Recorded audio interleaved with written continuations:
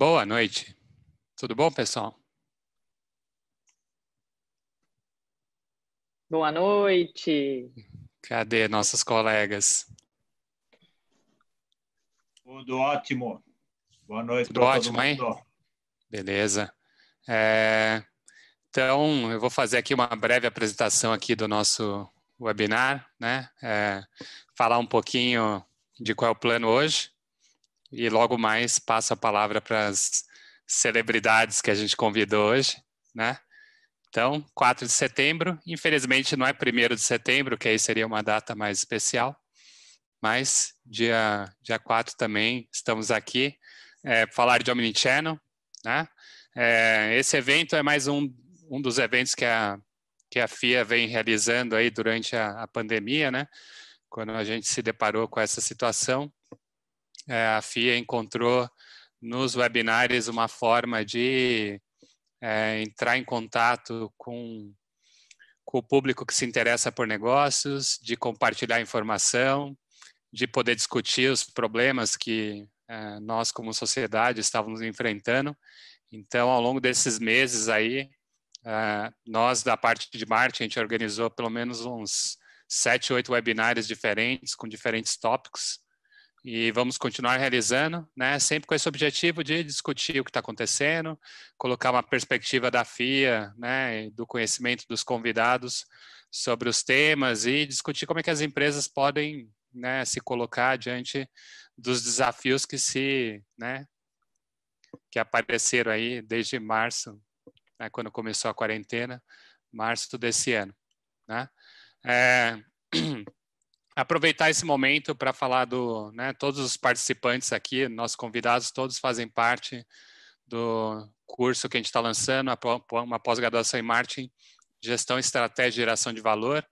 Né? A gente está com inscrições abertas até o final deste mês, então é um curso que a gente tenta cobrir em 6 eixos, em 360 horas, vários temas relevantes no momento, que tem como função ajudar as empresas e os profissionais que fizerem esse curso a estar antenado nas coisas mais recentes do desenvolvimento do marketing, né? Então, os nossos professores convidados hoje estão todos espalhados aí pelos diferentes eixos, né? A Patrícia e a Kate estão no primeiro eixo, que é gestão de marketing na atualidade, que por sinal também faz parte de um outro curso que a gente também está lançando agora, que chama Gestão de Marketing na Atualidade, que é o mesmo nome do eixo, né, o primeiro. Então esse curso tem uma duração menor de apenas 60 horas, enquanto a pós-graduação tem 360. Né?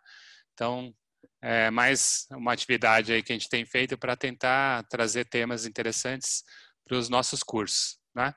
Então, entrando no nosso webinar aqui, a gente convidou o professor Francisco da USP, né, professor também dos cursos da FIA, a professora Caterine, né, celebridade aí do mundo da moda. Ela dá risada quando eu falo essas coisas, né? Um dia eu chego lá, Andrés. Opa, né? A professora Patrícia, que ajuda aí na coordenação do curso, né, na pós-graduação. E eu, né, meu nome é André, sou coordenador de projetos na FIA, também professor da FEA USP. No momento, estou lá também como coordenador da graduação, o que é um desafio bastante grande aí diante de todos os problemas que a gente está tendo do ensino à distância, né, e o uso do Zoom, mas as coisas estão caminhando, né. Eu dei um Google, né? Porque o Google responde tudo, então nosso webinar a gente se colocou aí a perguntar, né, quais são os desafios e oportunidades do Omnichannel. Então, tem 41 milhões de hits, se você der uma busca em Omnichannel. E se você olhar quais são as grandes questões que as pessoas estão procurando, você vê que é uma tentativa de descobrir o que é, né?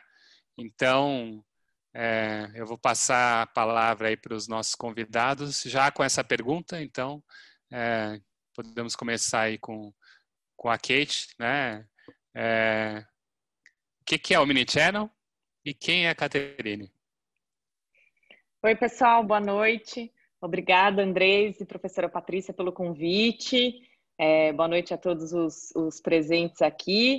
É um desafio falar de Omnichannel, né? Eu lembro que em 2011, 2010, eu escrevi um projeto disso, e aí um professor que estava numa banca falou: imagina, estudar Omnichannel, isso não existe, que termo é esse?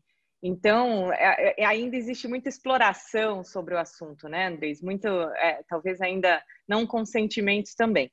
Mas eu sou a Caterine, como o professor falou, sou professora na FIA também, nesse curso do UOL, no curso de gestão de pós-graduação em marketing, estratégia e geração de valor, na disciplina de marketing experiencial e sensorial. Eu sou formada em administração, tenho uma consultoria hoje focada no mercado de moda, na parte de negócios e gestão de varejo. E talvez um dos grandes desafios que eu encontro quando a gente vai para o mercado é tentar explicar o que é o Omnichannel para o empresário, né? Porque na visão dele também é só investir em tecnologia, não é, Alvarez? É só colocar a tecnologia lá que está tudo resolvido, né? Então, contratei um sistema e o sistema faz tudo. Então, agora está tudo resolvido. Não, eu tenho um RP, então está tudo feito. Basicamente, o Omnichannel é quando eu acho que a empresa ela tem a ideia, né, a estratégia de colocar primeiro o cliente como centro, e colocando o cliente como centro, ele passa a entender que esse cliente hoje quer uma experiência única. Ele não quer ir comprar na loja física, né, e ser tratado, às vezes, com um CPF, né, ter ali um cadastro e chega no e-commerce e ninguém tem histórico dele e as coisas não se conversam, ou ele vai comprar na loja física, tenta trocar no e-commerce e não consegue, ou o oposto, enfim. Então, eu acho que a gente pensar na experiência do cliente em todos os canais que a empresa vai ter contato com ele, sem fricção, né? Sem ele sentir que ele está trocando de canal, né? Como se a gente estivesse literalmente navegando na televisão sem fricção, então não dói trocar de canal, né? Então, como que esse cliente pode fazer para não trocar de canal com as empresas sem ele ter que sofrer? Né? Sem ele ter que se explicar de novo, se apresentar de novo, explicar seus gostos, suas preferências, seus hábitos, perfil de compra.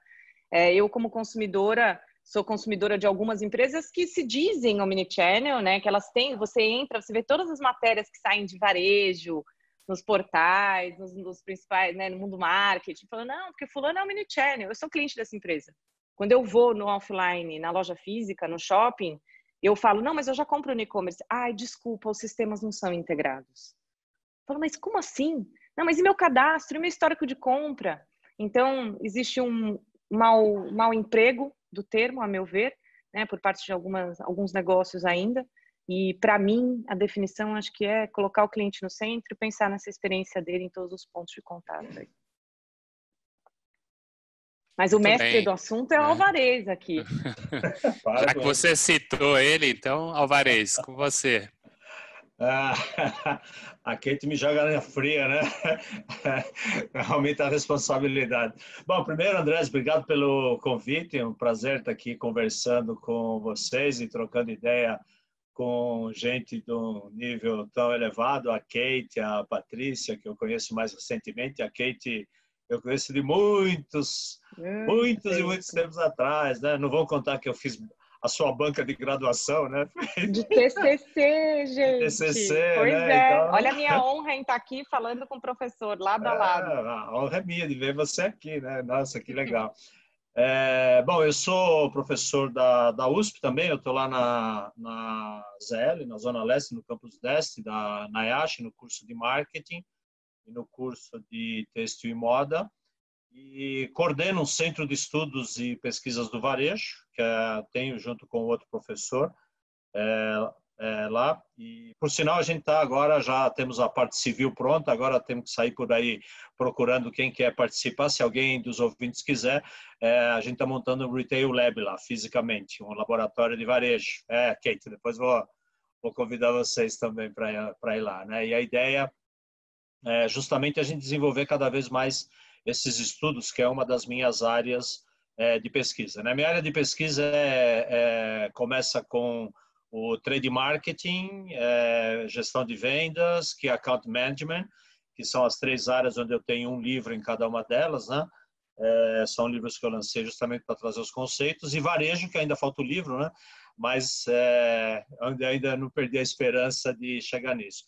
E faço também a curadoria da missão da FACESP, a CESP, a Associação Comercial de São Paulo, da missão que vai para a NRF, né? E eu faço a curadoria dessa missão de empresários, que vai lá para a NRF estou indo na NRF desde 2007, se não me engano, né?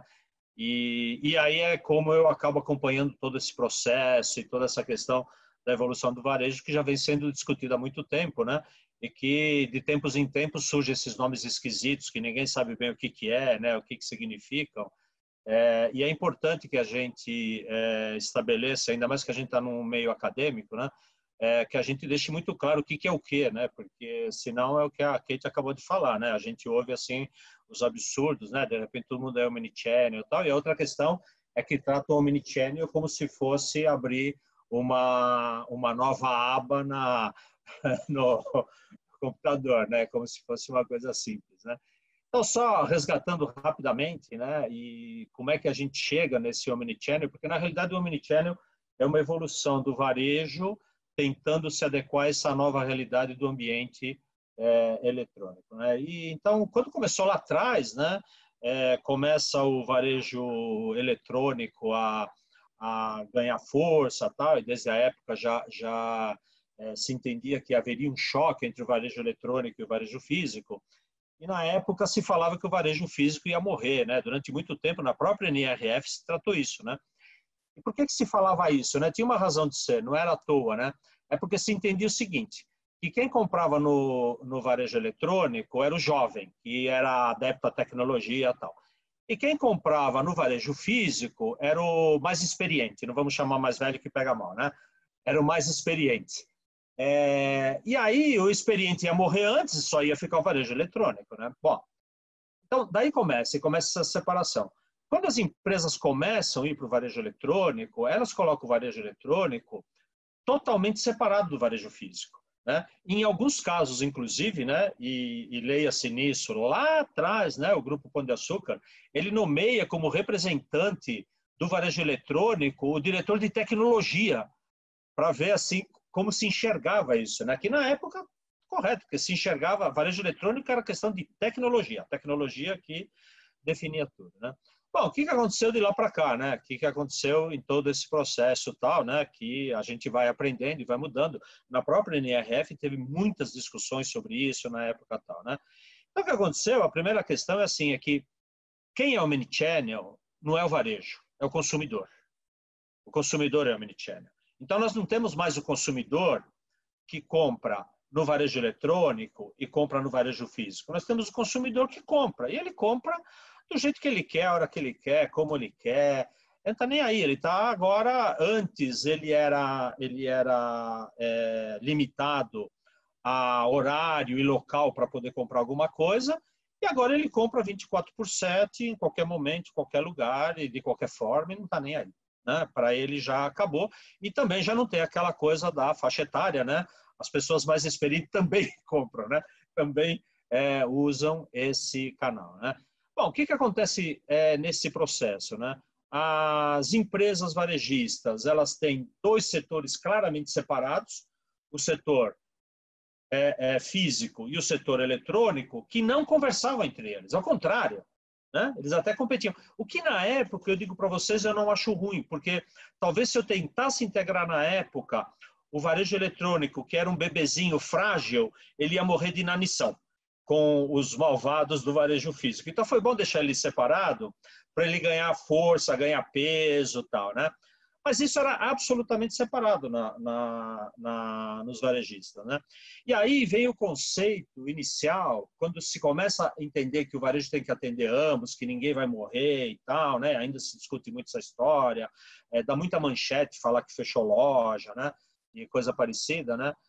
Eu lembro dessas discussões, né?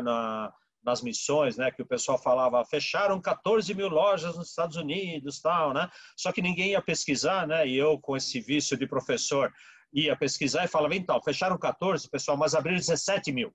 Então, o saldo positivo é de tanto, né? Eu lembro de fazer essas apresentações lá para as missões. Bom, então aí o varejo começa a falar em multicanal, né? E aí é um pouco o que a Kate definiu, ou comentou, que o que a gente tem hoje, na realidade, na sua grande maioria, é o varejista multicanal, onde ele atua no canal eletrônico, porque ele já entende que ele tem que atuar no canal eletrônico, e atua no canal físico. E aí ele tenta fazer alguma junção, tenta ver e tal, né? Porque, na realidade, esse conceito de omnichannel seria o passo seguinte. Agora, para defender um pouco o varejista também, né? É um desafio brutal você partir para o omnichannel, né? Que vai desde uma integração de estoques, né? E aí você tem, por exemplo, problemas de se você não tem um RFID no varejo físico, fica difícil você fazer essa integração, né? Até questões prosaicas, por exemplo, como é que eu remunero o meu vendedor da loja? Que antes era comissionado tal, e o vendedor da loja vai ser o primeiro a não querer que você compre no comércio eletrônico. Ele quer que você compre lá com ele, senão ele não remunera, né? Então, assim, só para terminar, né? Eu diria assim, o que é o omnichannel, né? O omnichannel deveria nem ter mais essa palavra, né? Porque, na realidade, assim, é varejo. Então, o consumidor, ele vê varejo. Varejo para o consumidor hoje não é ir até a loja, até o shopping e tal. Varejo para o consumidor hoje é tudo. É fazer qualquer coisa, né? É comprar de qualquer jeito. E aí é aquilo, né? O varejo tem que rever aquela visão que ele tinha tanto no varejo eletrônico como no físico, né? Porque o que a gente viu nesses últimos anos é todos os varejistas eletrônicos, e leia-se aí o principal deles, a Amazon, indo para o varejo físico, porque eu lembro de ter visto uma apresentação do Walmart, o presidente do Walmart disse que a Amazon tinha uma falha muito forte, que ela não estava no varejo físico, e as pessoas já não sentiam essa diferença. E efetivamente a Amazon vem para o varejo físico, né? Então, na realidade, o que está acontecendo agora é que não tem mais essa separação, mas, por outro lado, operacionalmente, é um mega desafio conseguir fazer isso aí. Vai ainda passar um bom tempo até que a gente efetivamente consiga integrar isso, preços, que a dinâmica de preço do varejo eletrônico é completamente diferente da outra, tal. Então, eu acho que é uma visão legal, a gente tem que olhar para lá, mas não me admira nem um pouco que as pessoas falem que façam omnichannel, mas sem noção do que é o omnichannel, e na realidade eu diria que elas estão conseguindo chegar com razoável qualidade no multichannel, né? E todo mundo começa a dar um passo. E quando eu falo isso, não é só Brasil, não, eu falo fora também, porque nas próprias apresentações da NRF e tal, que vem gente do mundo inteiro, das grandes redes, todos eles apontam a dificuldade de atingir isso aí. Então, esse é o nosso grande desafio acadêmico, né, da gente achar solução para isso, para ajudar as empresas, e das empresas de efetivamente implantar isso aí. Mas é um tema, sem dúvida alguma, apaixonante, e é o tema do futuro, é o que a gente precisa discutir. Com certeza. Então, continuando a nossa rodada aqui de comentários e apresentações, passo a palavra para a Patrícia. Olá, boa noite. É um prazer estar aqui com vocês hoje. Tanta gente bacana aqui conversando, trocando experiências juntas. Isso é muito bacana. O que a gente vê, que na verdade, um pouco do que o professor Alvarez falou, a gente encontra aí no mercado brasileiro empresas que estão no caminho entre multicanal e omnichannel, né? Que eles chamam de cross-channel, né? Então, existem muitos exemplos de empresas que estão na busca do omnichannel, uma busca séria, né? Envolve investimentos, treinamento, integração, sistemas, um conhecimento de jornada do cliente, de perfis, né, diferenciados, entender exatamente qual é o anseio, qual é a necessidade desse consumidor, né, em cada uma das suas jornadas, e conseguir atendê-lo, né. Então, eu acho que essas conversas que a gente está tendo refletem muito essa conversa que a gente está tendo hoje, muito do anseio não só de grandes empresas, mas também de pequenas e médias empresas que estão tentando aí atender esse consumidor. A gente vê algumas pesquisas, por exemplo, da Harvard Business Review, que mostra que a cada visita, né, cada visita de um cliente omnichannel, ele compra 4% a mais do que um cliente convencional. Quer dizer, o cliente omnichannel, ele é rentável para a empresa, ele é lucrativo, né? Se você acompanhar o valor dele ao longo do tempo, ele chega a ser 30% mais valioso do que um cliente convencional, que só frequenta um dos canais, que só usa um dos canais e não integra os múltiplos canais, né?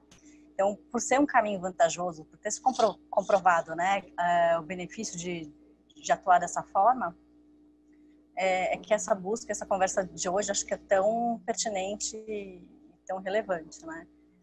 Muito se fala de foco nas experiências do consumidor, foco em entender o que ele deseja, mas poucas as empresas são capazes de atender, né? A gente encontra alguns exemplos bacanas, né, hoje em dia, de empresas que estão buscando essa integração de uma maneira mais adequada, né? Então, recentemente eu acompanhei o caso, alguns esforços, por exemplo, da Natura, né, em que você consegue comprar online e você recebe pelo seu consultor mais perto, né? No meu caso, até pelo meu vizinho, que né, tem na minha vizinhança alguém que é consultor, então essa integração de uma maneira muito bacana, porque eu tenho um relacionamento com esse vizinho, mas eu peço pela internet e peço para entregar por ele. Tem uma certa integração que, para mim, entrega muito valor, né? Mas a gente está num momento também, né, específico da pandemia, e acho também interessante que as empresas consigam, principalmente aquelas que investem em tecnologia de uma maneira mais longínqua, que elas consigam usar isso nesse momento atual, né? Então a gente vê, por exemplo, a gente fala que a gente sai de casa toda bonitinha, arrumadinha, aí põe a máscara e fala, meu, cadê aquela arrumação, né? Cadê aquela pessoa bonita, apresentada, que eu vi antes? Agora você só vê uma tarja preta, né, no meu rosto, né? Não se faz mais, a gente brinca que a mulher não faz mais maquiagem, né? Só passa lápis no olho para sair de casa, tal. E você vê uma empresa como a Natura preocupada com a questão de como você vai experimentar um perfume se você está de máscara, né? Então, atualmente saiu em diversas mídias a questão que a empresa tem feito, inclusive na Malásia, de desenvolver um aplicativo em que a empresa consegue proporcionar uma experiência única, em que o cliente pode, né, lá as lojas que abriram, então ele vai até a loja de máscara com todos os cuidados, ele vai num tablet e ele faz algumas escolhas, né, uma espécie de consultoria por meio de um tablet que está na loja, então ele não precisa ficar muito perto de nenhum atendimento, mas de nenhum atendente, mas ele faz a experiência no tablet e o tablet já direciona qual é o perfume e esse dispositivo que está no tablet já solta um cheiro seco. Então, ele não fica nem impregnado na máscara, nem no tablet, nem no ar, mas desenvolver uma tecnologia em que você consegue, então, ele consegue identificar seu caminho olfativo, suas preferências, te dá uma tecnologia diferenciada e um cheiro seco, né, que eles chamam. Você experimenta, tem uma experiência diferenciada, humanizada, por mais que tenha pouca interface humana, né? A interface do consultor, que geralmente eu falava para ele que eu gostava, e ele me mostrava um produto, né, colocava num dispenser e eu cheirava, e hoje em dia é possível fazer isso de uma forma mais avançada com tecnologia. Outro ponto, acho que também é interessante, acho que até tem uma imagem, não sei se você consegue compartilhar, André, você consegue compartilhar a fotinho? Acho que eu compartilho por aqui. Vou compartilhar por aqui. Acho que é mais, você consegue por aí, Andrés? Que figura que é? Acho que se eu fizer isso, eu vou... É a do tablet com a tecnologia do cheiro seco. Está no slide 4. Sim. Eu vou ter que procurar aqui, só um segundo. Não tem problema. E é até interessante que... Deixa eu ver se eu consigo compartilhar aqui. Vamos lá.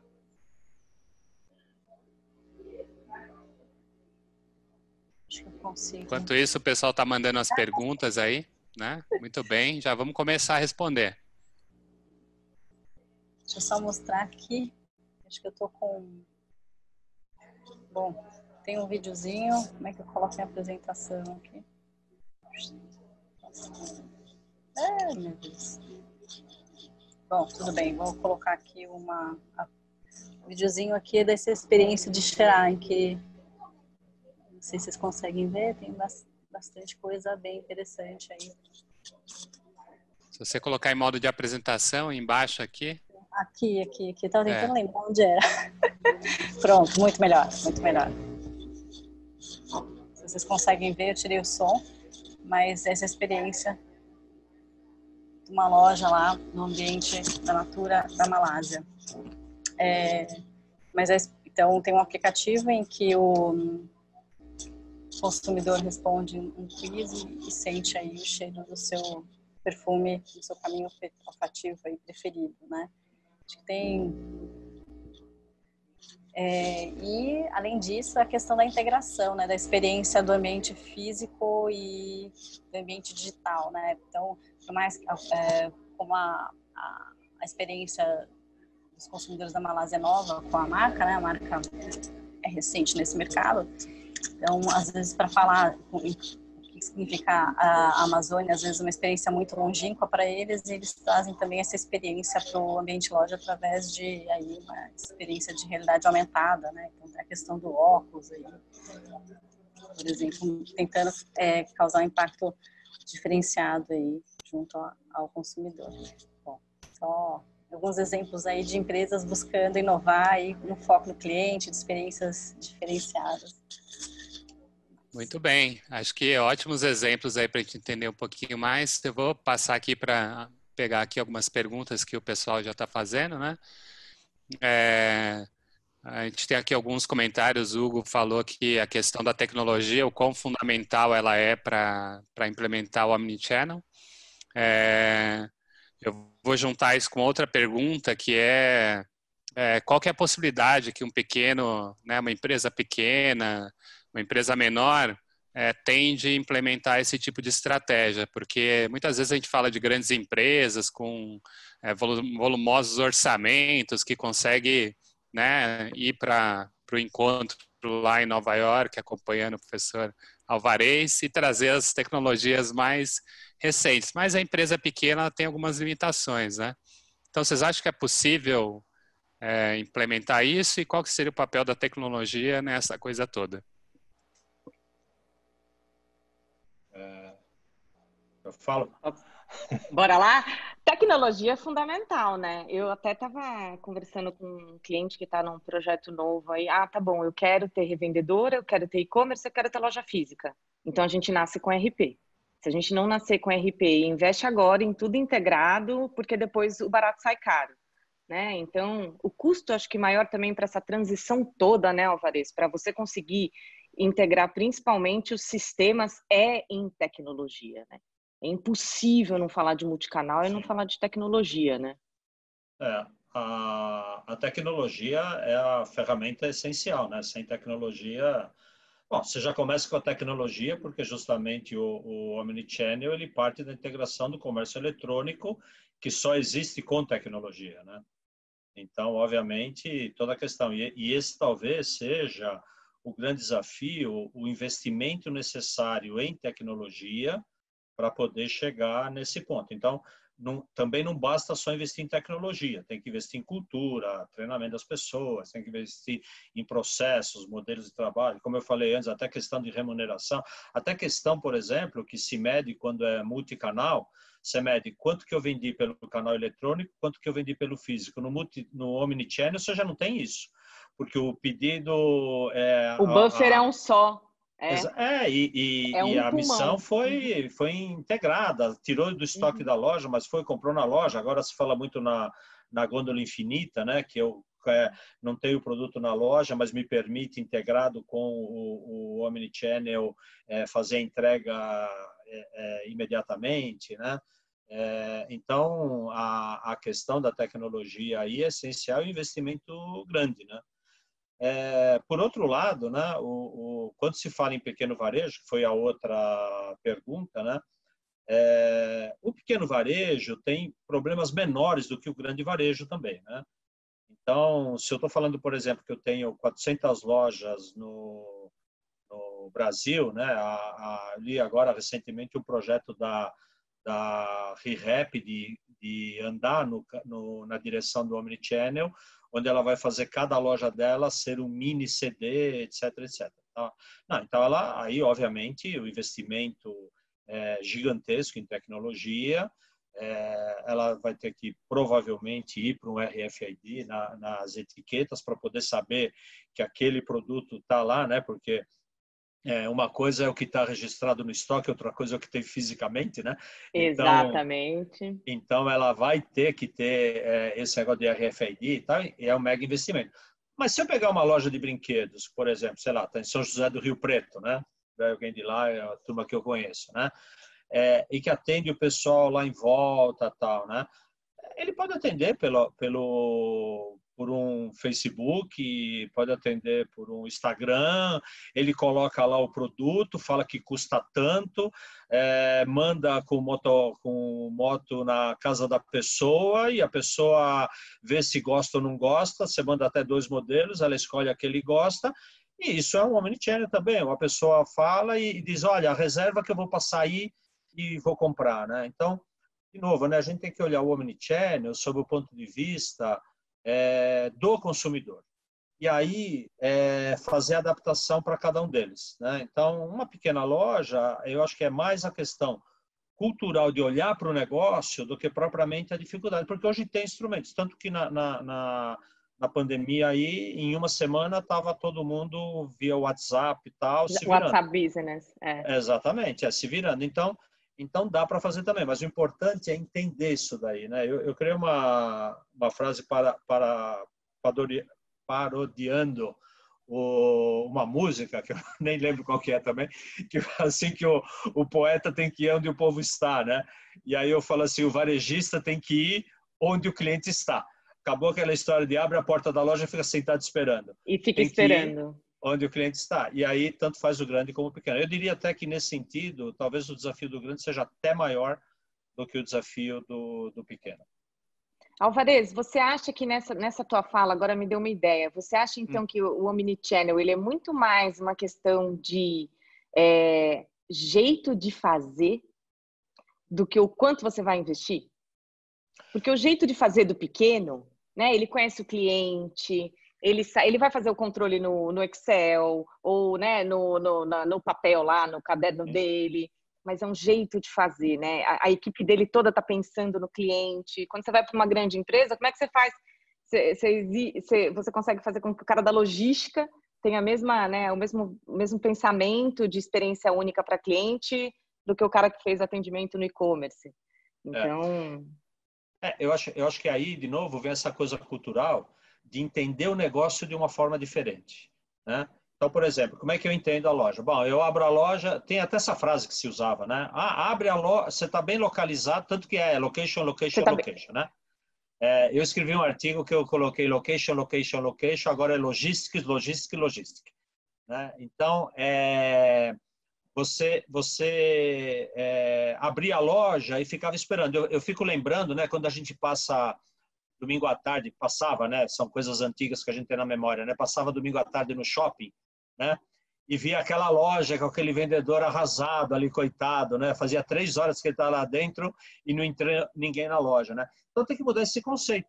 Eu tenho que ir onde o cliente está, eu tenho que ir atrás do cliente. Então, esse cliente que é o omnichannel, para ele tanto faz comprar, ele vai falar assim, ele vai entrar num site para comprar, no Magazine Luiza, tal, numa grande organização, ou ele, se o pequeno varejista fez isso, ele vai pegar e vai mandar um WhatsApp para o pequeno varejista, para a loja dele, seu Zé, você tem tal negócio, tal, você pode me mandar?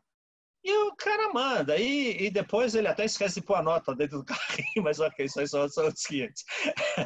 Né? E ele manda e está acabado. E isso é um omnichannel. Eu estou atendendo aquele, porque ou ele fala assim, seu Zé, eu vou passar, deixa mais ou menos na porta aí que eu vou passar no carro, dou uma buzinadinha e você me entrega. Pô, é o Bops, né? E aí os shoppings... Não, e aí os shoppings inventam na pandemia o drive-thru. Você fala, peraí... Mas a loja de rua sempre fez isso. Sim. Eu sempre passei lá e tirei o produto rapidinho. Então, é muito mais entender o negócio nessa ótica, né? E aí, óbvio, né? Eu vou ter que evoluir um pouco, né? Por exemplo, vou ter que ter o que eles chamam, né? Não está certo, mas vamos usar o nome popular, né? Vou ter que ter um CRM adequado, né? Onde eu anoto o nome das pessoas, né? Onde eu anoto os dados, tal. Eu vou ter que me preocupar mais com o cliente do que com o produto. Porque, principalmente, o pequeno varejo se preocupa muito mais com o produto do que com o cliente. E agora eu tenho que começar a me preocupar muito mais com o cliente do que com o produto. E aí, o produto continua sendo importante, até porque é onde está a minha grana, o meu estoque. Mas ele vai existir em função do cliente e não em função do fornecedor, que é o que sempre aconteceu, né? Então, eu acho que essa mudança de visão é o primeiro grande passo. E isso vale para o pequeno e vale para o grande também. E nesse contexto, o desafio do grande talvez seja maior. Com certeza. Deixa eu completar aqui uma questão também que veio aqui do público. Deixa eu ver o nome da pessoa aqui, que a gente valoriza quem está fazendo pergunta. Então, o Kleber aqui comentou sobre a extensão da ideia do Omni para outras áreas. Então, talvez ele falou aqui de saque, ouvidoria. Então, acho que ele está pensando em uma empresa em que essa integração ela deixa de ser só uma questão dos canais e passa a ser uma integração de todas as áreas da empresa que tem algum contato com o consumidor, né? Então, seria talvez até um passo além aí nas atividades, o que com certeza já gera uma complicação adicional, né? Então, acho que a primeira questão aí é como lidar com essas complicações adicionais que vêm. E eu quero conectar isso com uma outra pergunta, né, que a Maria Beatriz fez. Não, desculpa, não foi a Maria Beatriz, não. Foi... Maria Beatriz, já chego na sua pergunta, né? Alguém comentou aqui, eu me perdi aqui na pergunta, mas a questão de você ter... Agora a gente tem marketplaces, né? Então, você entra na Magalu, no Extra, qualquer lugar que você entra, quando você vai ver, você está comprando de outro fornecedor e muitas vezes essa informação ela não está assim super presente, né? Você tem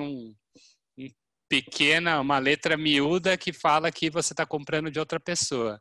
E aí quando os problemas começam a acontecer, né, de entrega ou qualquer coisa do tipo, a coisa meio que se perde. Então, os sistemas que estão se organizando para poder atender o consumidor começam a se tornar mais complexos, porque envolvem outras atores, né? Então, se você parte do que vocês estavam falando antes de uma pequena empresa que tem uns funcionários, está coordenando tudo ele mesmo, você parte para uma empresa que tem relação com outras e quer integrar também o saque com outras funcionalidades da empresa. Então, eu vejo aí uma situação que vai se tornando muito complexa, né?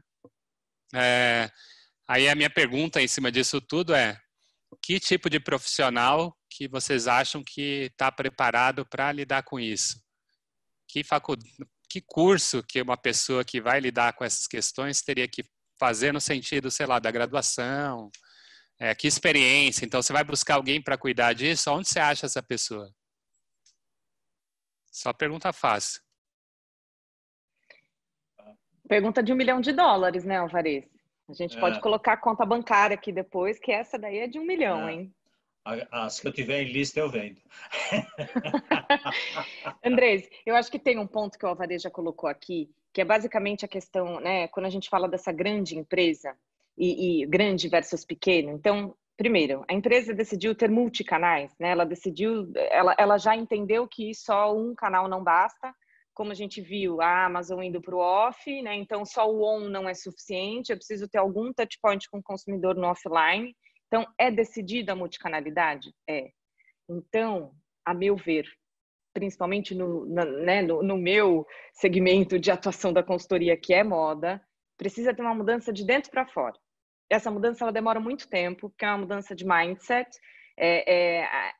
Você tem que vir da alta diretoria da empresa até o atendente de saque com essa visão de multicanal, de cliente único, de que o cliente não é do varejo, ele não é do e-commerce, não é da franquia, ele é da marca. Então, é uma mudança de dentro para fora, a meu ver, que é cara, que é difícil na empresa grande. Na empresa pequena, né, não vamos falar dessas empresas, marcas que nascem no Instagram, que hoje já faturam aí seus 8 milhões de reais, em 2 anos estão faturando 8 milhões num ano aí. Que hoje tem um Instagram, vendem via e-commerce, WhatsApp, e tem uma loja física. Eu tô falando de 15 pessoas num negócio desse. Você coloca 15 pessoas juntos e fala, agora o cliente é o foco. Então é muito mais fácil de você convencer as pessoas que tem que estar todo mundo olhando o cliente. Agora, quando você vai para 400 lojas, fica muito mais difícil de fazer isso. Quando você pergunta do perfil, né, da capacitação desse, o que esse cara tem que ter assim, de composto, eu fiz uma recente contratação que essa pessoa entrou pelo e-commerce por ter uma experiência de e-commerce, mas ele tem uma experiência de gerência de produto, né? Então ele era o cara de e-commerce que fazia toda a gestão de portfólio de produto e etc. Ele vem de físico, então ele era do físico, foi para o e-commerce. A única parte que ele não tem é revendedoras que ele vai aprender, né? Esse canal, mas é mais ou menos esse profissional, que ele é multi, e ele vem de grandes empresas, geralmente porque essas grandes empresas elas já estão se aventurando nesse investimento em tecnologia, elas já estão com os seus SAPs e integrações aí batendo na cabeça. Então são pessoas que geralmente passaram por essas dores, por essas transformações e conseguem agregar bastante. Dá para aprender? Dá. Por quê? Porque para mim basta você ter foco no cliente. Então, eu venho do físico, mas eu entendo de cliente, meu foco é cliente. Então, bora trazer esse seu know-how de cliente para esse multicanal, né? Eu acho que uma ponte a ser cruzada aí, e particularmente quem trabalha nessas áreas, quando a gente fala isso, é a questão de domínio quantitativo, né? De indicadores, sabe? Porque quando a gente trabalha no varejo físico, a gente tem uma escassez de dados, né? Que se começa a tentar fazer e tal. Tem até uma coisa que eu acho engraçada, eu sempre brinco com isso, né? O próprio consumidor tem esse comportamento. Quando ele compra no comércio eletrônico, ele dá nome dele, da mãe, do cachorro, dados, quando que ele nasceu, número, fala tudo. Aí ele vai na loja, você fala assim, você não pode me dar o seu celular, tá, só fazer... Ah, eu tô com pressa, não, agora não. E vai embora. Então, esse próprio entendimento é diferente. E aí o que acontece, né? Quem vem só do comércio eletrônico se acostuma a trabalhar com indicadores, números e tal, naquela dinâmica diária, mas olha para a tela do sistema, não olha para o olho das pessoas. E quem está no varejo físico está olhando para o olho da pessoa, mas não tem número, né? Então, quando a gente integra, eu acho que é essa ponte que tem que se cobrir, né? Eu tenho que ter uma pessoa que tem essa sensibilidade de lidar, esse profissional, que tem essa sensibilidade de lidar com pessoas, né? De saber que está integrando com isso, mas, ao mesmo tempo, tem que ter um domínio quantitativo, um domínio de dados, de análises, né? Que ele vai fazer para ele transformar isso, né?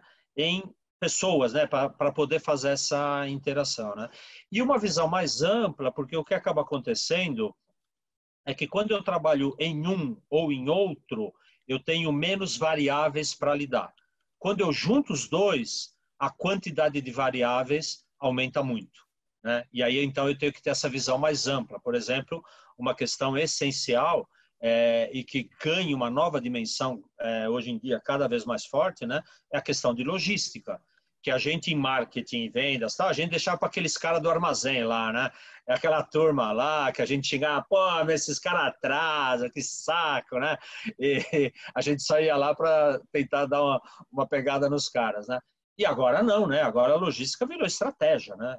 A minha estratégia é logística, né? Eu vou ter que... E aí eu tenho que ter essa visão mais variada, essa visão mais multidisciplinar do processo. Eu tenho que ter mais domínio de tudo isso. Eu posso até não saber fazer tudo, mas eu tenho que saber interpretar, porque eu acho que aí é que entra essa grande dúvida, né? E aí é que está essa preparação desse profissional, né? Muito bem. Então, pessoal, vários comentários aí sobre o perfil, né? Acho que com certeza a gente tem um ponto central aí da formação dos nossos alunos, né? Quando a gente fala esse lado aí mais quantitativo, de mexer com números, etc. Isso é entre aspas, um certo tabu, né? Porque você pegar o curso de administração, ele está em humanas, mas ele caminha cada vez mais para se tornar um curso bastante focado em dados, né? Eu costumo brincar, André, menos Word e mais Excel. Exatamente isso, né? Então, para alguns alunos isso é um choque, né? Então, nossos alunos hoje em dia na faculdade, eles estão tendo aula de R no primeiro ano. Então, A gente está tentando já embutir essa mentalidade, mas às vezes, né, a gente enfrenta aí uma certa resistência também. Né? Mas voltando aqui nas nossas perguntas, a Roberta comentou aqui do WhatsApp como uma tendência de canal de atendimento, se veio para ficar. Essa é uma questão interessante, né? Eu vou fazer um paralelo com coisas que quando começam são muito boas, né? Então, Netflix começou ótimo, aí apareceu o Hulu, apareceu o Amazon Prime, apareceu o Disney+, aí de repente a gente está comprando 7, 8 serviços simultâneos e daqui a pouco vai chegar alguém e vai integrar tudo e a gente volta a estaca zero, né? Eu fico achando às vezes que o WhatsApp, né? No começo a gente se animava muito com a possibilidade de WhatsApp, só que agora tem tanto grupo e tanta coisa acontecendo que você volta a se perder. Então, da mesma forma como as pessoas se perdiam no e-mail, agora se perdem no WhatsApp. Então, a facilidade que você tinha acaba desaparecendo porque acabou virando mais um canal que está super lotado, né? Então, como fazemos com relação a isso? Será que no final o WhatsApp vai ser mais um e-mail que você fica mandando mensagens e as pessoas não leem mais e aí esse canal morre como um caminho para falar com o consumidor? Fica a pergunta. Só, já que você pegou o ponto do WhatsApp, o WhatsApp hoje está sendo o terror dos vendedores B2B. Porque o que aconteceu? As vendas que antes eram por telefone, agora passaram para o WhatsApp, e o comprador, ele consulta 6 fornecedores ao mesmo tempo, e as negociações estão virando verdadeiro leilão de preço. Né? E isso é muito ruim. Eu tenho discutido isso com clientes, tal, é um problema sério, eu não tenho solução para isso. É um problema sério, porque tira muito da argumentação de negociação e de venda do vendedor.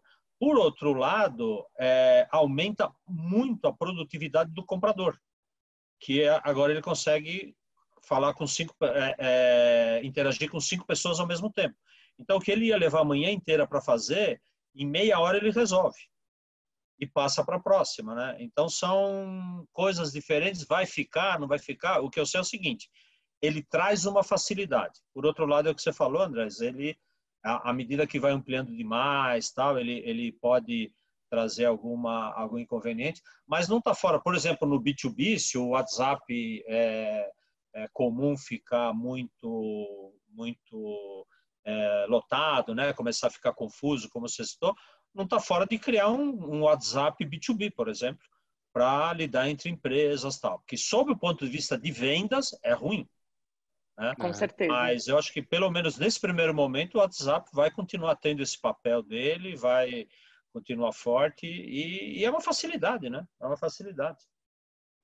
Eu tenho nesse momento que estamos vivendo, eu implementei políticas de WhatsApp, processos para venda em WhatsApp em todos os clientes, porque foi isso. Agora tem WhatsApp, tá bom, mas como é que paga? Como é que devolve? Porque é outro canal. Então, eu preciso cuidar desse canal. Eu não tenho a mesma agilidade que eu tenho no e-commerce. Por quê? Porque não está integrado. Então, porque da noite para o dia eu tive que começar a vender no WhatsApp. Se vai ficar ou não, I don't know. Mas eu só sei que esse surgimento do canal WhatsApp, ele fez com que todo mundo ficasse alerta para novos canais. Então, assim, surgiu um novo canal, o que eu tenho que fazer? Então, eu tenho que ter um material de comunicação específico, eu tenho que treinar a minha equipe, né? Eu tenho um formato certo de comunicação, treinamento, eu tenho sistemas, infraestrutura, como é que eu conecto esse novo canal? E precisou ser feito em 15 dias. Não deu tempo de, meu Deus, e agora? O que eu vou fazer? Então, teve coisa de WhatsApp que foi. Né? Teve cliente que ficou chateado, porque o vendedor ainda não tinha um mínimo guia, porque aquele cliente nunca conversou, aquele vendedor nunca conversou com o cliente por WhatsApp. E é o que o professor falou. Às vezes chega um momento do cliente B2C, principalmente, dele ultrapassar os limites do relacionamento com o vendedor, porque ele acha que ele pode, porque ele está no WhatsApp. Né? Então, assim, não, você tem que me mostrar agora, eu quero agora, é um senso de urgência do ontem. E não, às vezes o vendedor já saiu da loja, né? O celular está desligado, aí chega no dia seguinte, tem lá 50 mil mensagens, o cliente pé da vida. Então, é uma dificuldade atender mais um canal. Assim, e a gente tem que estar rápido e pronto para isso. Tem que aprender fazendo. Tem uma pergunta aqui da Liz, que acho que ajuda um pouco a gente entender essas questões aí, dessas novidades, né? Então, ela fala que a parte fiscal ela atrapalha muito, porque quando você tem diferentes canais e negociações, e a questão do preço, e que as normas fiscais não ajudam nesse sentido, né? Então, que teria algumas restrições que acho que o governo ele caminha um pouco atrás das coisas que estão sendo inventadas, né? Então, como é que vocês enxergam aí essa parte? Bom, não sei quem foi que falou essa frase, né? Que Brasil não é para amadores, né? Eu não lembro quem foi, né? Porque esse problema fiscal no Brasil é para tudo, né? Não é só para esses canais, né? A gente tem dois problemas sérios aí, né? O problema fiscal, né? Com certeza, porque ele vai contra essa dinâmica super ágil, etc., né? E o problema de logística, né? Que no Brasil também é seríssimo, né?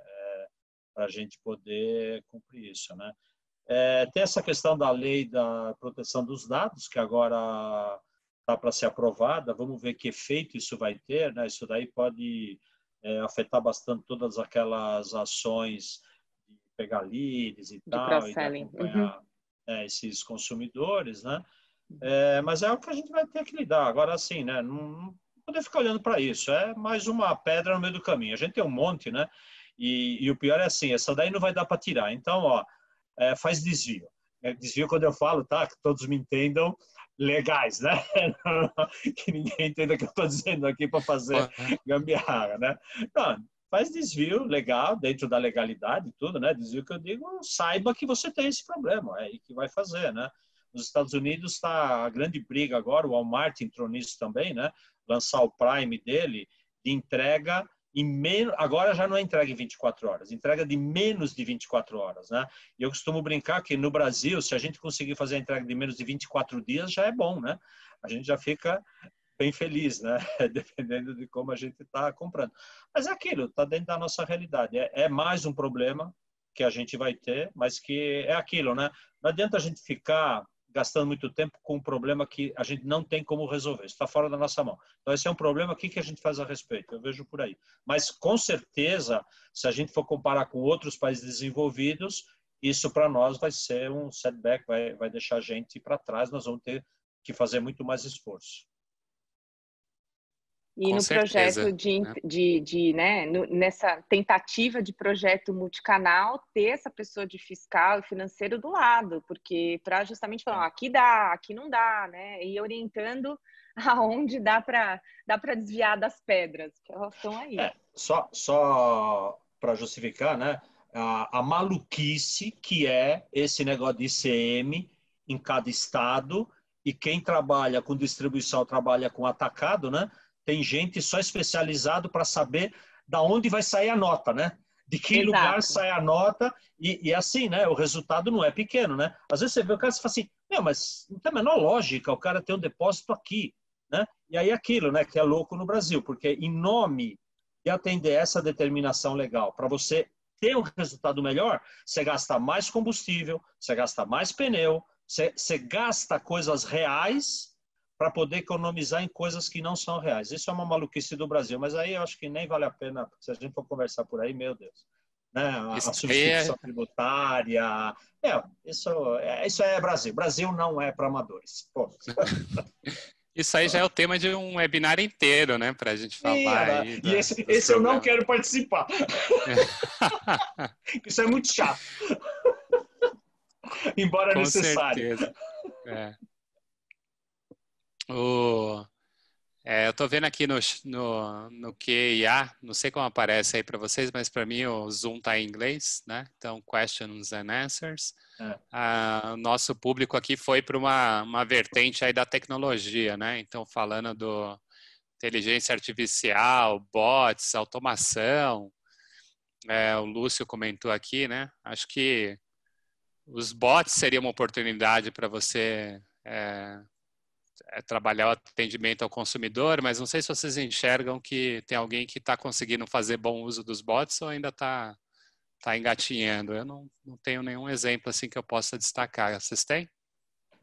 A Leroy Merlin, agora na pandemia, tudo isso, ela tem um exemplo bem interessante. Eles aplicaram isso, né, e tiveram um resultado muito bom, porque eles, de repente, tiveram uma demanda gigantesca, né, de ligações e tudo, e eles implementaram isso com toda a dificuldade, né, porque a gente tem que tomar um pouquinho de cuidado, né, que o pessoal fala de tecnologia, assim como usa os termos, né, como inteligência artificial agora, então virou, né, até para fazer como se pãozinho, fossem né? novas roupas, né, Alvarez? Vou lá pegar uma roupa nova, vou colocar inteligência artificial.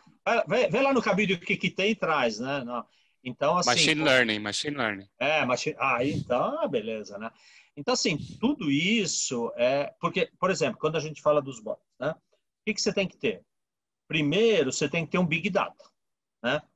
E Big Data tem que ter data, né? Porque senão ele não é Big, né? Então, a primeira coisa que você tem que ter é um lugar onde você coloca todas as informações, falando português, claro. A segunda questão, você tem que ter inteligência artificial, porque quem vai analisar aquela Big Data é a inteligência artificial, e que realmente nós não vamos ser capazes, os humanos, de fazer aquela análise. E aí você tem o bot. Então, veja, para você ter isso daí, você tem várias etapas anteriores que têm que ser cumpridas, né? A Leroy Merlin já vinha com um processo grande de implementação de tudo isso e tal, e aí, à medida que você vai implementando tudo isso, você chega no resultado final, que é esse atendimento, e que, por mais que a gente fale com uma voz meio, né, de locutor de rádio, né,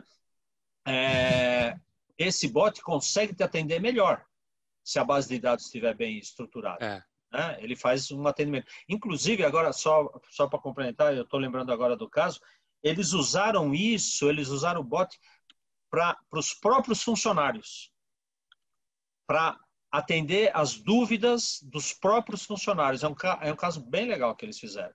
Para atender porque aí os funcionários também começaram a ficar com milhões de dúvidas, um monte de coisa e tal. Aí eles colocaram isso e hoje eles já usam isso para os funcionários, para o cara, mas a minha carteira de trabalho eu faço o quê? Aquelas perguntas básicas já não é mais, os próprios funcionários já são atendidos por aí. Então, esse eu acho que é uma ferramenta que veio para ficar e deve, inclusive, aumentar. Só que, de novo, né? Tem toda uma complexidade, né? Não é assim, né? Compra um bonequinho, né? E começa a falar. Tem muito trabalho por trás para conseguir colocar uma coisa dessas de pé, né? É uma dificuldade. Deixa eu voltar aqui nas nossas perguntas, né? Então, muita tecnologia, a gente já comentou aqui, né? Tem o André, que está lá em Miami, comentou também da Amazon Prime, que está querendo entregar em horas.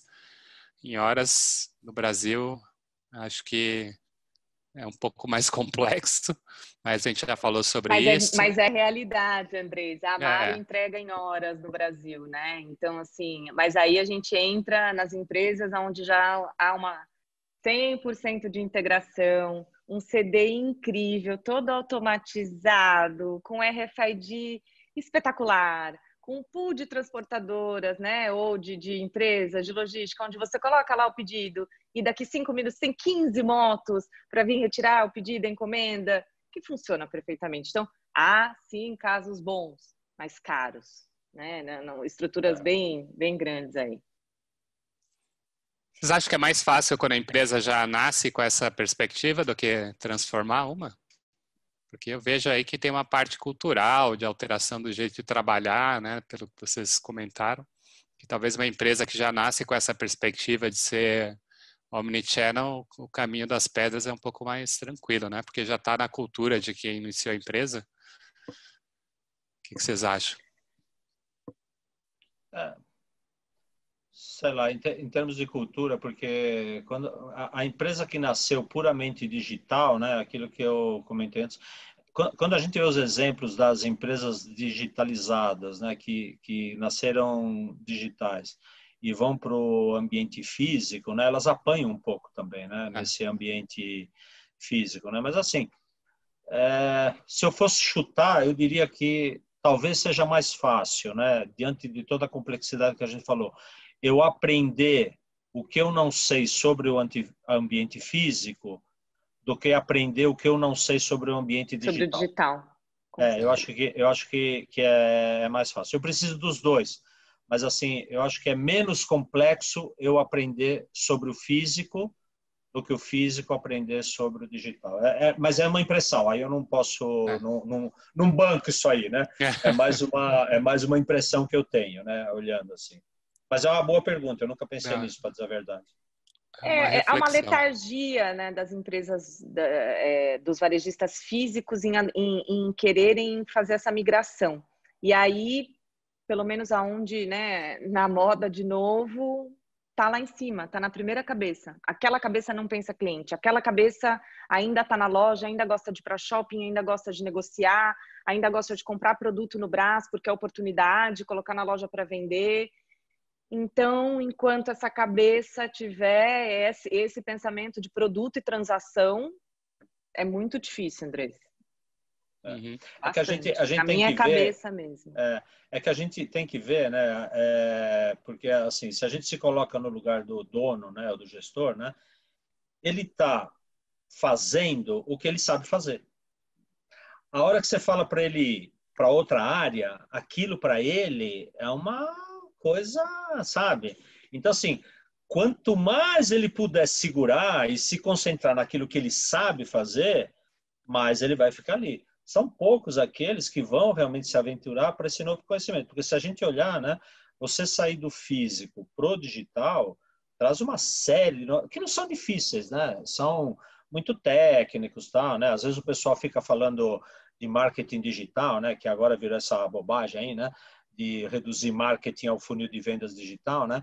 Mas quando o pessoal começa a falar isso, né, eu provocativamente eu falo, pessoal, é o seguinte, eu sei como funciona, mas se precisar fazer, eu contrato um moleque aí que não sai muito caro e ele faz.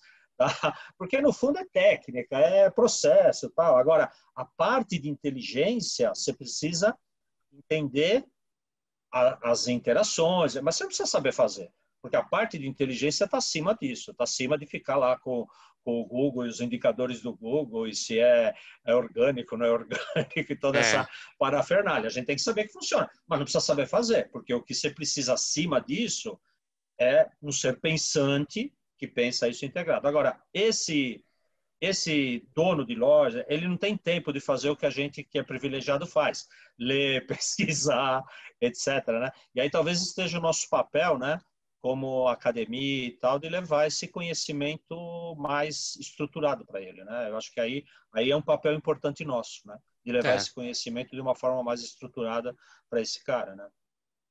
Acho que os esforços aí que, né, dos professores da universidade fazendo pesquisa, os mestrandos, doutorandos, né, tentando aí destrinchar esses temas mais recentes em que a gente não tem as respostas, né?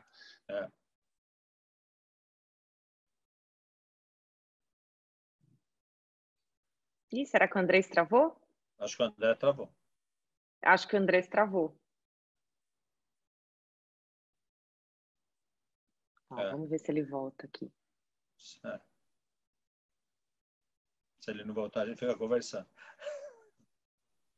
O Roberto fez uma pergunta interessante. Voltou, Andrés.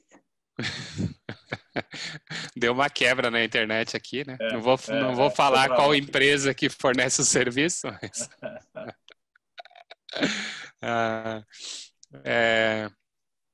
Mas você estava aí fazendo uma pergunta? Manda ver. Não, eu estava recuperando a pergunta do Roberto aqui, que ele coloca tá. a questão de gerenciamento de categoria, né? Essa preocupação com o cliente tem habitado o discurso dos grandes varejistas desde o surgimento dos conselhos de gerenciamento de categoria, no final dos anos 90. E agora, na pandemia, ele volta como um desafio dos grandes varejistas, né? Que o Alvarez falou, é um desafio. Isso significa que a experiência do cliente ainda está mais na teoria do que na prática? Eu acho que aí quando a gente fala de gerenciamento de categoria, a área onde mais se aplica isso é no autosserviço, né? Onde embora ela possa ser aplicada em qualquer situação, né? Mas é mais no autosserviço, né? E aí é uma opinião muito própria, né? Eu acho o negócio de gerência... Quando a gente olha todo o conceito de gerenciamento de categorias, até do capitão de categoria, tá? A gente fala assim, uau, esse negócio é o máximo, em 2 anos está implantado. E já se passaram quase 20 e ainda não está implantado, né? Porque demanda muita coisa, muito conhecimento, tal, né? Por exemplo, muitas das coisas, aí é que vem a ligação, né? Muitas das coisas que a gente procura saber para o gerenciamento de categoria a respeito do consumidor, que a gente chama de shopper, tal, essa informação no comércio eletrônico é muito mais fácil de Com ter. certeza. É muito mais simples, é muito mais rápida. Se a gente for jogar o gerenciamento de categoria para o comércio eletrônico, é muito mais fácil, porque o comércio eletrônico é um lugar de data, né? Que é a famosa frase, né? There is the new oil, né? Então, o comércio eletrônico é um lugar desse. O comércio físico não é. Tanto que o pessoal está agora falando esse nome é horroroso, né? Eu tenho até receio de falar que é o phygital, né? Nossa Senhora. É horrível isso, né? Cada uma que o povo inventa para dar palestra, né? E aí, o que é isso aí, né? É justamente tentar levar essa coleta de informação para o meio físico, né? Que não existe. A coleta de informação não é prática do meio físico. Tanto do empresário, do gestor, como do consumidor, que é aquele negócio que eu falei antes. É muito engraçado o comportamento do consumidor. Então, essa coisa da informação não é própria do meio físico. Esse vai ser um outro desafio. Levar essa coisa do conhecimento, da informação para o meio físico, para o ambiente físico. Sendo que no ambiente eletrônico é quase condição sine qua non para que eu faça qualquer coisa, que eu tenha informação. Então, essa é uma outra reflexão interessante para a gente. Já tem aqui uns 3 ou 4 temas de mestrado, hein? Com certeza. Se os alunos estiverem ouvindo, hein, Kate? Já... Pode vir, pessoal, é isso aí. Tem um monte de tema de mestrado aí para desenvolver. Muito bom. Pessoal, a gente passou aqui já do nosso horário, então, antes de encaminhar o encerramento aqui, eu queria passar a palavra para cada um dos participantes para poder fazer um último comentário, né, e dar um até logo para os nossos ilustres atendentes aqui do nosso webinar. Então, seguir na ordem que a gente começou. Kate? Olha, pessoal, quem quer se arriscar no multicanal, primeiro entende de cliente e entende de um canal. Então, faz bem em um canal, aí você tá tudo certinho ali, depois você pensa em para o outro. Na prática ainda tem muito distanciamento, né, principalmente entre investimento, entre os grandes e pequenos, então aí a diferença. Tem muita coisa para estudar, então quem se interessar no tema ou quem quiser colocar isso em prática, vem falar com a gente que a gente tenta dar o caminho. Muito bem. Legal. Depois, era eu ou era a Patrícia? Não, eu fui o segundo. Era você, O que eu queria colocar, quando a gente fala de omnichannel e de varejo, tudo, né? A gente está falando em pensar o negócio de forma diferente. Eu acho que esse é o primeiro passo, né? Pensar o negócio de forma diferente, né? Eu tento tentar traduzir isso de uma forma fácil, para não ficar genérico, né? Que agora o varejo tem que ir onde o cliente está. Tem que ir buscar o cliente, tem que ir atrás. Como ele vai fazer isso? Talvez ele possa investir $200 milhões no sistema, como o Tesco investiu, né? E depois de 4 anos ainda está patinando para fazer esse negócio funcionar tal. Ou ele possa pegar o WhatsApp com o sobrinho que tem moto e fazer. Mas ele tem que entender que acabou aquele negócio de abrir a loja e esperar o cliente. E o vendedor ficar, inclusive, né, parado lá do lado da gôndola, esperando ver se entra alguém, né? Ele tem que entender o negócio diferente, ele tem que ir atrás do cliente, ele tem que dinamizar, ele tem que criar hábitos, ele tem que criar motivação para conversar, porque também não adianta ficar mandando o WhatsApp para encher o saco do cliente, né? Oi, tudo bem? Como é que tá? Você precisa de alguma coisa? Não, ele precisa criar assunto, ele precisa criar coisas. Então, é assim, eu acho que o passo mais importante é enxergar o negócio de uma forma diferente, né? E aí tem toda uma ação prática de como fazer isso, né? Não estou aqui viajando, tal, né? Tem toda uma questão prática, mas é começar daí, né? E isso muda a empresa de cabo a rabo. E dá para fazer no grande e dá para fazer no pequeno. É uma questão de adaptar as necessidades. Mas é um tema muito legal. Teve até alguém que eu vi aqui que apareceu. Não responderam a minha pergunta, né? Depois o André separa isso aí, a gente dá as respostas, porque é um tema que daria para a gente ficar umas 3 horas, né? Mas a gente tem que parar de todo jeito. Mas, de todo jeito, obrigado. Foi muito gostoso ter essa conversa aqui. Ficou à vontade e quero mais. Muito bem. Patrícia? Eu mais aprendi do que tudo, né? Esse bate-papo, adorei a Kate, o Alvarez. Eu mais absorvi em catarse aqui durante todo o evento. Acho que a gente tem que fazer outro. Continuação. Muitas perguntas aqui. Já fica o convite para vocês voltarem a falarem. Para quem eu anotei as perguntas, a gente vai conversar depois, tentar responder por e-mail, pelo LinkedIn, a gente também tem, a gente mantém esse bate-papo.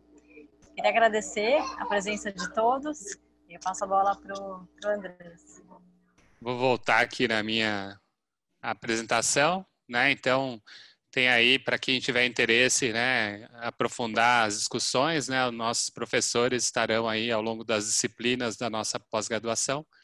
Então, quem tiver interesse, tem aí o QR Code que leva para o site do curso. Então, você pode ter oportunidade de ter aulas aí com os nossos ilustres palestrantes, né? Os 2 cursos aí que a gente mencionou, a pós-graduação e o curso de extensão, marketing na atualidade, ambos começam aí no final do mês, né? Então, com a questão da pandemia, a gente atrasou o começo um pouco, mas final de setembro começam os cursos, né? Então, com isso aqui, a gente vai encerrando o nosso webinar. Agradeço aí imensamente, Kate, Patrícia, Alvarez, foi ótimo, né? Realmente a gente fica com vontade de continuar a conversa aqui, o bate-papo, né? Sexta-feira, quase abrir uma cerveja aqui para, né, celebrar a sexta-feira. Então, um vinho, né? Então, com isso, agradeço aí ao nosso público que compareceu. Agradecimento especial para o Aguinaldo, que deu o suporte técnico aí, né? É sempre uma ajuda muito grande. E com isso, encerramos aqui. Um bom final de semana a todos. Tchau, pessoal. Bom final de semana. Obrigada. Tchau, pessoal. Tchau, Kate. Tchau, Patrícia. Tchau, Andrés. Tchau, povo que está nos assistindo.